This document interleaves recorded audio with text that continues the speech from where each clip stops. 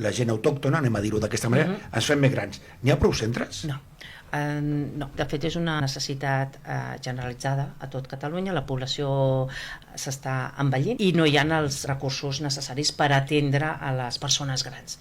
Hauríem de fer falta més residències, més accessibles. Si la persona, doncs l'economia que tenim és la que tenim, doncs que hi hagin les més ajudes, més ràpides, perquè la persona pugui fer-se gran dignament.